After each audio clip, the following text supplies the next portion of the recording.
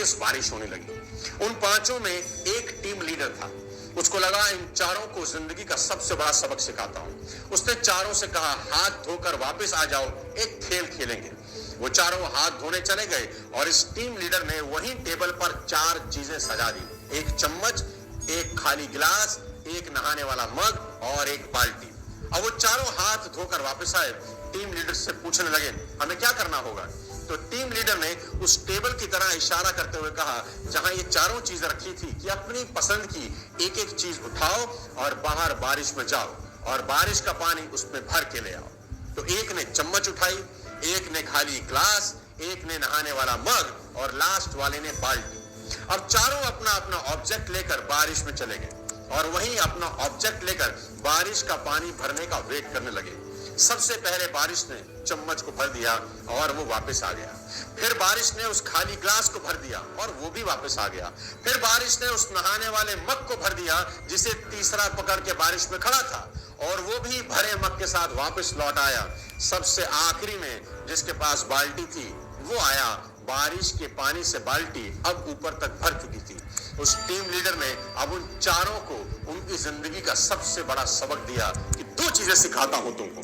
पहला, दोस्तों, बारिश तुम सभी के लिए बराबर हो रही थी। कोई चम्मच भर के पानी लाया, कोई ग्लास भर के, कोई मग भर के और कोई बाल्टी। बारिश हर बर्तन को भर रही थी। सवाल यही है कि तुम कौन सा बर्तन भरना चाहते हो और कितना बड़ा भरना चाहते हो। कुदरत के पास देने के लिए सब कुछ है, लेकिन अगर तुम्हारा बर्तन ही छोटा है तो देने वाला भी क्या कर लेगा। अब दूसरी चीज सीखो, बड़ा बर्तन भरने में वक्त हमेशा ज्यादा लगता है। जितने वक्त में चम्मच में पानी भरता है उतनी देर में बाल्टी कभी नहीं भरेगी। इसलिए अगर कुछ बड़ा चाहते हो तो बारिश में ज्यादा समय भीगने के लिए तैयार रहना ही होगा, कर्म करना होगा। तुलसीदास जी ने यहाँ के लिए एक बहुत बड़ा दोहा लिखा है कि सकल पदार्थ है जगमाही, कर्महीन जन पावत नाही। यानी कि इस दुनिया में सब कुछ है जो तुम पाना चाहते हो, पर कर्महीन इंसान को कुछ हासिल होता नहीं। आप सिर्फ घर की चार दीवारी में बैठकर सोचें कुछ हो जाएगा तो देवता भी तुम्हारी मदद नहीं कर सकते। आखिरी में आपसे एक सवाल पूछता हूं कि एक पेड़ कितना बड़ा होता है? तो उसका जवाब है, जितना बड़ा हो सकता है उतना ही बड़ा होता है। आपने कभी नहीं सुना होगा कि एक पेड़ जो कि जा सकता था 20 फीट 16 फीट पर रुक गया।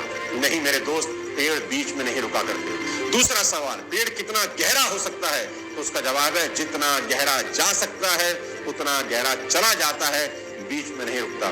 तीसरा सवाल, एक पेड़ कितने फल देता है?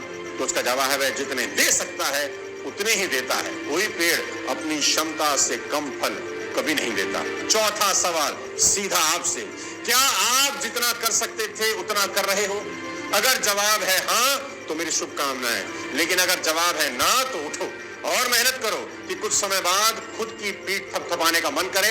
ऐसा काम करो कि काम को भी लगे किसी ने उसे किया है। दोस्तों, आज का ये वीडियो उम्मीद करता हूं आपकी जिंदगी में मील का पत्थर साबित होगा। खुद पर भरोसा करने से बड़ा कोई अस्त्र आपके पास नहीं है। अगर ये वीडियो